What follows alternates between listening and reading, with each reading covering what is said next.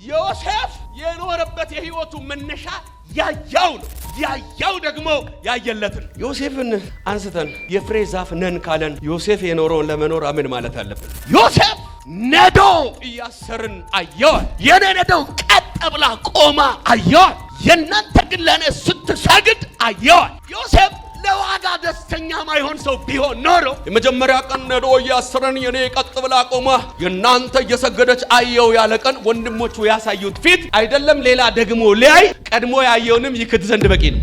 እኔ አንድ ነገር ኮሜንትና ላይክ የበላው ትውልድ ያለበት ሲዝን ውስጥ እንዳለ ታውቃለህ። ብዙ ላይክ የሚያስገኘውን ህይወት እየመረጠ የምንኖርበት በዚህ አጋጣሚ አንድ ነገር ልንገራችሁ። ላይክ ያደረገው ሁሉ የወደደ እንዳይመስል። በማንም ላይክና ኮሜንት እጅ ሳይሆን ያንተ ነገ ያለው በእግዚአብሔር እጅ። 12 ወንድሞች አሉት። አንድ ላይክ የለም፣ አንድ መልካም ኮሜንት የለም። ይልቁንስ እናያለን የት እንደምትደርስ የሚል ነው። ጉርጋድ ላይ ነው ምን ጠብቅ የሚል ነው። ታዲያ በዚህ ኮሜንት ሁለተኛ ቀን መተትፎስታለ አየው ብለ እያየው ነው። ዛሬ ማታ የብዙ ሰዎች ህልማቸውን የደበቀ የብዙ ሰዎች ንጋቸውን የሸፈነ የሆነ ታላቅ የሚመስል ፐርሰን ሊሆን ይችላል። የሆነ ታላቅ ባለጠጋ የሚመስል ፐርሰን ሊሆን ይችላል። እግዚአብሔር ያየልህን እንዳታይ ያደረገ በዚህ ቃል ጉልበት ዛሬ ከፊት ይወድቃል።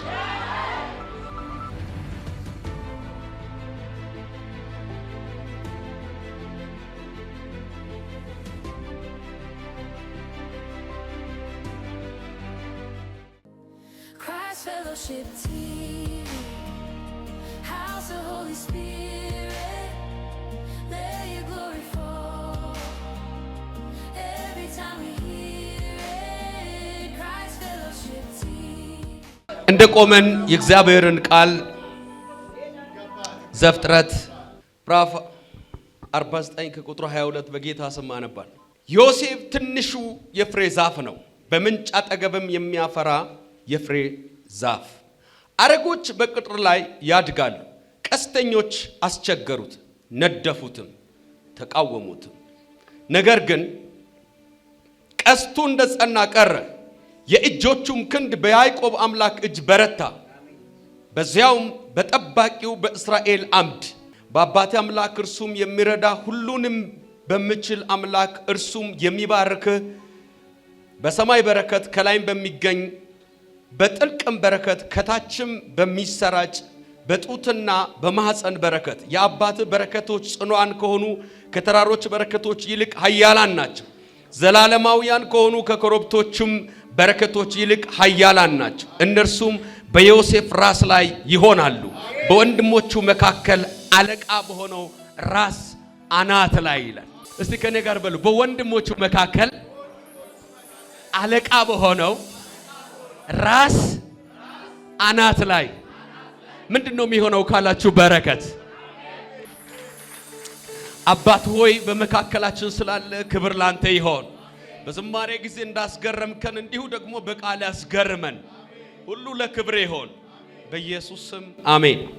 ከኔ ጋር እንደገና ድገሙና ዮሴፍ በሉ እስቲ። ትንሹ የፍሬ ዛፍ ነው፣ በምንጭ አጠገብም የሚያፈራ ዛፍ ነው።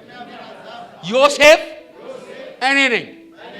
እኔ የፍሬ ዛፍ ነኝ። እማፈራው ከቦታው አንፃር ሳይሆን ከማንነቴ አንፃር። አሜሪካ ስለሆንኩ አይደለም፣ አዲስ አበባ ስለሆንኩ አይደለም፣ የመንግስት ቅጥረኛ ስለሆንኩ አይደለም፣ ነጋዴ ስለሆንኩ አይደለም። ሲፈጠር ማፍራት እንድችል ለፍሬ ስለተፈጠርኩኝ አፈራለሁ። እንደ አንድ ሰው ጩና ከኔ ጋር ዮሴፍ በርሲ። ትንሹ ማንነቱ የፍሬ ዛፍ ነው። የተተከለው በምንጭ አጠገብ ነው። ክንዱም በያዕቆብ አምላክ ይበረታል። በወንድሞቹ መካከል አለቃ ነው።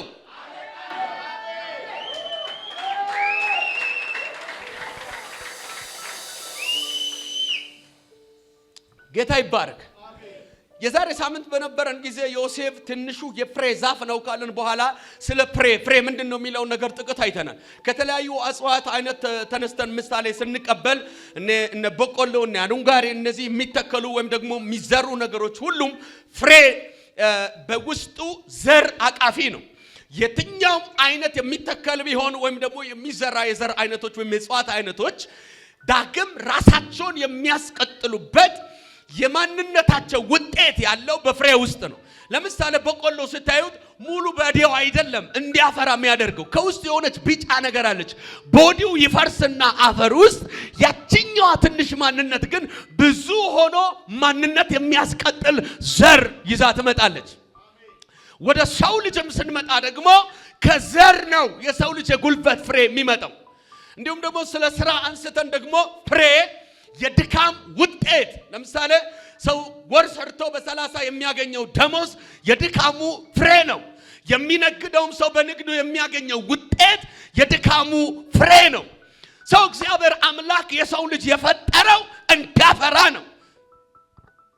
እንደ መንፈሳዊ ሰው ደግሞ ፍሬያማነታችን የሚለካው ብዙ በሰራነው ቤት ብዙ ባደረግናቸው ምድር ላይ የሚታዩ ቁሶች ሳይሆን የሰማይ አምላክ እግዚአብሔር ሲፈጥረን በዓላማ ስለፈጠረ እንድንኖርለት የተጠራነውን ሕይወት ያንኑ ስንኖር ይሄ ሰው ነው ፍሬያማ የሚባለው። እንደ ዘመሩት አይነት ዘምረ ሳይሆን እንደ ሰበኩት አይነት ሰብከ ሳይሆን ቸርች እንደመሩት አይነት መርተ ሳይሆን እግዚአብሔር አምላክ አንተን ባንተ ማንነት ሲፈጥር በዓላማ ስለሆነ እግዚአብሔር አንተን የፈጠረበት ያንን ፕሮግራም ኖረ ስትፈጽም በዛ ኖረ በምታልፈው አሻራ ውስጥ ማንነቱ የሚጠራበት የእግዚአብሔር ማንነት ይቀመጣል። ሰው እግዚአብሔር አምላክ በዮሴፍ ያሰበው አንድ ነገር አብርሃምን ገና ዘፍጥረት ምዕራፍ 11 ጀምሮ እግዚአብሔር መጣና ዘርህ የራሱ ባልሆነ ምድር ላይ ባሪያ ሆኖ ይገዛል፣ ነገር ግን ባሪያ አድርጎ በሚገዛ ሀገር ላይ ደግሞ እበቀላለሁ ብሎ እግዚአብሔር ለአብርሃም ሲናገር የአብርሃም ልጅ ይስሐቅ አልተወለደም፣ የይስሐቅ ልጅ ያዕቆብ አልተወለደም። እግዚአብሔር ዘሩ ግብጽ ሆኖ የሚገባበትን ዘመን ያየው በዮሴፍ ነው። ሰው ሁለተኛ ዮሴፍ የኖረበትን ሕይወት ስትመለከቱ ደግሞ እግዚአብሔር አምላክ ዘፍጥረት ምዕራፍ 37ን ከቁጥር 1 ጀምራችሁ ስታነቡት የሚደንቀኝ ነገር ያዕቆብ ከዮሴፍ መወለድ በኋላ በላባ ቤት አለመኖሩ ራሱ የሚደነቅበት። ዮሴፍ ከተወለደ በኋላ ያዕቆብ ከላባ ቤት ወጣ። እኔ ዛሬ ለአንድ ሰው መልእክት አለኝ። ይኸውልህ አያትህ ይኖራል፣ አዎ እናትህ ይኖራለች፣ አዎ ቅድመ አያቶች ይሄን ኖሮ አልፏል፣ አዎ እኔና እናንተ ግን በተወለዱበት ተወልተን በሞቱበት ለመሞት አይደለም። እግዚአብሔር በአንተ መወለድ በአንተ መነሳት አንድ የሚያሻግረው ጄኔሬሽን አለ። ጩና አሜን ባል። ግን አሁን ዋና ለወስዶ የምፈልገው ሐሳብ ብኖር ዮሴፍ የኖረበት የህይወቱ መነሻ ያያው ነው። ያያው ደግሞ ያየለትን ከኔ ጋር በሉስ። ዮሴፍ ፍሬያማ የሆነው ያየውን በመኖሩ ነው። ያየው ደግሞ ያየለትን መሆኑ ነው። ዛሬ እግዚአብሔር ያለ ስምና ሰማኝ ከመቅበዝበዝ ህይወት የሚያወጣ የሆነ ማን ኦፍ ጋድ መጥቶ የሚናገር ትንቢት እንዳይመስል፣ ከመድካም ህይወት ከመንከራተት ህይወት የሚያወጣ የሆነ ጸሎት ቡድን ምሽግ ከገባበት ጸሎት እንዳይመስል። የሰማይ አምላክ ያየለህን ማህስ ስትጀምር እሱ እርምጃ ቁልቁለት ይሁን ሸለቆ ይሁን ስትተኛ ይሁን ስትነሳ ያ በአይኖች ፊት መደቀን ከቻለ አጥር አያቆም፣ እሳት አያቆም። ያየለህን ኖረ ትፈጽማል። እያየው ነው። ዛሬ ማታ የብዙ ሰዎች ህልማቸውን የደበቀ የብዙ ሰዎች ንጋቸውን የሸፈነ ይኸውልህ የሆነ ታላቅ የሚመስል ፐርሰን ሊሆን ይችላል። የሆነ ታላቅ ባለጠጋ የሚመስል ፐርሰን ሊሆን ይችላል። እግዚአብሔር ያየልህን እንዳታይ ያደረገ በዚህ ቃል ጉልበት ዛሬ ከፊት ይወድቃል። እስቲ ከኔ ጋር ባህልጩና ዮሴፍ በልስ። ትንሹ የፍሬ ዛፍ ነው። ማንነቱ የሚለካው በቁመቱ አይደለም፣ በተወለደበት ኦርደር አይደለም። ማንነቱ የሚለካው በቁመቱ ሳይሆን በመልኩ ሳይሆን በልብሱ ሳይሆን በያዘው ፍሬ ነው። ዮሴፍን አንስተን የፍሬ ዛፍ ነን ካለን ዮሴፍ የኖረውን ለመኖር አምን ማለት አለብን። ኢትዮጵያዊ ትልቁ ችግሩ የተሻለ ነገር ይፈልጋል፣ የተሻለ ክፍያ አይፈልግም። ጉልቲ ሰፈር 300 የሚወስድ ሽሮ እስካይላይት ገፍታ የተፈጨችበት ማቴሪያል ራሱ ሆኖ እንጀራዋም አንድ ሆና ዋጋዋ ግን ከፍ ብላ ትመጣለች። ስለዚህ እዚህ ገብቼ ነው የምበላው ካልክ እዚህ የሚያስከፍለን ዋጋ ምርጫ ስለሆነ ደስ ብሎን መክፈል ያለብን። አይ በቃ እዛታች ነው የምበላው ካልክም ደስ ብሎ ነው መብላት ያለብን። ኢትዮጵያዊ ግን የተሻለ ነገር ይፈልጋል፣ የተሻለ ክፍያ አይፈልግም። 3ኛ ክፍል ተምሮ 6ኛ ክፍል ፎርጅድ ካርድ አውጥቶ 6ኛ ክፍል የሚገባ 6ኛ ክፍል ለመድረስ 6 ዓመት መማር የሚያስጠላው ማለት ነው። ዶክተር መባል የሚያምረው ሪሰርች መስራት የሚያስጠላው። አሁን እንኳን እዚህ ጉባኤ ብዙዎቻችሁ አንዳያችሁት የከበረ ህልም አለ። አንዳያችሁት እናንተ ኢንቫይሮመንት ያልተጀመረ እናንተ ቤተሰብ ውስጥ ያልጀመረ እግዚአብሔር ያሳያችሁ ነገር አለ። ነገር ግን ክፍያውን ስለማትቀበሉ ሩቅ ሆኖ የምታዩት። ዮሴፍ ነዶ እያሰርን አየዋል። የኔ ነዶ ቀጥ ብላ ቆማ አየዋል። የእናንተ ግን ለእኔ ስትሰግድ አየዋል። ስሙኝ፣ ዮሴፍ ለዋጋ ደስተኛ ማይሆን ሰው ቢሆን ኖሮ የመጀመሪያ ቀን ነዶ እያሰረን የኔ ቀጥ ብላ ቆማ የእናንተ እየሰገደች አየው ያለ ቀን ወንድሞቹ ያሳዩት ፊት አይደለም ሌላ ደግሞ ሊያይ ቀድሞ ያየውንም ይክድ ዘንድ በቂ ነው። እኔ ዋሽ እንትን ብዬ እንጂ ሞቅ ብሎኝ እንጂ ምንም አላየውም። በቃ ተረጋጉ፣ በሰላም ኑሩ፣ አብረን ነው ምን ኖሮ ምንም የሚሰግድም የሚያሰግድም ነገር የለም፣ በቃ ፏፈሽ ብለን አብረን ኖራለን ብለው መቀላቀል ይችል ነበር። እኔ አንድ ነገር ኮሜንትና ላይክ የበላው ትውልድ ያለበት ሲዝን ውስጥ እንዳለ ታውቃለህ። ብዙ ላይክ የሚያስገኘውን ህይወት እየመረጠ የምንኖርበት። በዚህ አጋጣሚ አንድ ነገር ልንገራችሁ፣ ላይክ ያደረገው ሁሉ የወደደ እንዳይመስል። ላይክም ኮሜንትም የማያደርግ ቁጭ ብሎ የሚያይ ሰው አለ። ትክክል እየሄደ ነው የሚልም ትክክል አይደለም የሚልም። ይኸውልህ በማንም ላይክና ኮሜንት እጅ ሳይሆን ያንተ ነገ ያለው በእግዚአብሔር እጅ። ስማኝ፣ 12 ወንድሞች አሉት። አንድ ላይክ የለም፣ አንድ መልካም ኮሜንት የለም። ይልቁንስ እናያለን የት እንደምትደርስ የሚል ነው ያለው። ጉርጋድ ላይ ነው የምንጠብቅ የሚል ነው ያለው። ታዲያ በዚህ ኮሜንት 2ኛ ቀን መተህ ትፎስታለህ አየው ብለህ ከላይ እስከ ታች የሆነ እሺ፣ አሁን ላይኩን እንደዚህ ያርጉ፣ እንዲህ ዲስላይክ እንደዚህ ነው እንዳለ ያውም ይኸውልህ የከሳ ወንድሞቹ በጌታ ቀና ብላችሁ ስሙ። 11ዱም ወንድም ፊት ቀይረው ይልቁንስ ጠሉት ይላል። ጠሉት፣ ፊት ቀይረውበታል።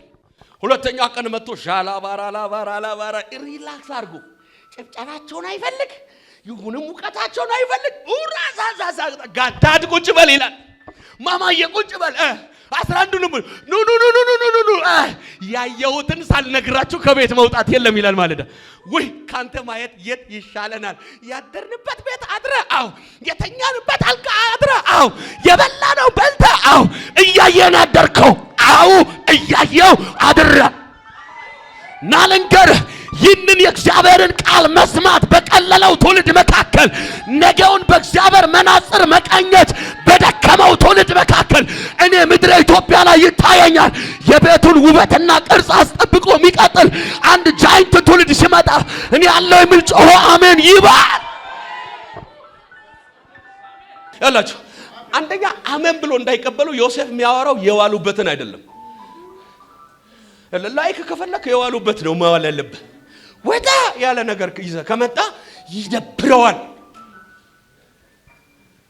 ወጣ ያለ ነገር ይዘህ ስትመጣ ይደብረዋል። ሰላምታ ሁሉ ሊከለክል ይችላል። ለምን ፊቱን በጀርባ ቀይሮ አይሄድም? እንደዚህ ማለት ነው። አጠገብ ያለውን አይቻለው ካልኩ አይቻለው ማለት ነው በሉት። አባቱን አስቀድሞ በቃ እንደኛ ሊሳን ያቀላቅል አያቀላቅል የሚታወቅ ነገር የለም። ሊሳንም በአዲስ ኪዳን የመጣው እና አላለም ብቻ እኛ በስንት ነገር ተንደርድረን የምናመጣው መገለጥ እሱ አስቀምጦ በሰላም በገኔ የለ ምን የለ ተቀመጡ አላቸው። ትላንትና 11 ነዶ ሲሰግድ ነበር ያየሁት አለ እና ሲባል ጨምሮ ነው ያደረዋል። ታዲያ ሳለ ያዕቆብ ፀሐይና ጨረቃ አንተ የያዕቆብን ልብ ድድድዱን ያደረገው አለ። ፀሐይና ጨረቃ ሲሰግዱልኝ አየሁ። እንዴ አለ ያዕቆብ። እኔና ያዕቆብ ግን የሆነ ነገር ይገባዋል። አያችሁ እንደ ልጆቹ በተፈና እንትና እኔና እናትም አለ ነው ማለት ነው አለ ያዕቆብ። ዮሴፍ አይገርምም? አዎ አይል ምን አይል? እሺ ዮሴፍ የፍሬ ዛፍ ነው፣ እኔ የፍሬ ዛፍ ነኝ ካልክ ዮሴፍ ካረጋቸው 3 ነገሮችን ብቻ ልስጣችሁ።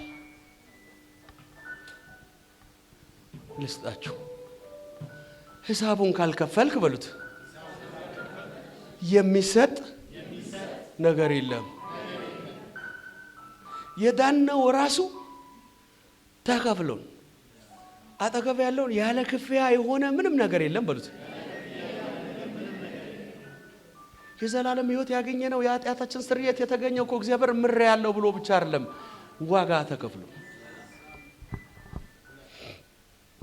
ከዮሴፍ መማር ያለብን አንደኛ ያየውን ህልም እርግጠኛ ሆኖ ነው ያየው። ያየውን ህልም የተቃዋሚዎች ብዛት አያሻሽለውም። ዮሴፍ አይቻለው ካለ አይቀይርም። አሁን ያለው ወቅታዊ ሁኔታ ምንም አይልም። ወቅቱ ትንሽ ምን አይልም። የትም ገብቶ የሚያወራው የመሰለውንም የሚቀበሉትን አይደለም ያየውን። አጠገብ ያለውን እንዲቀበሉ ምንም አትሁን በሉት። ያሳየህንና የታየህን ያየልህን እርግጠኛውን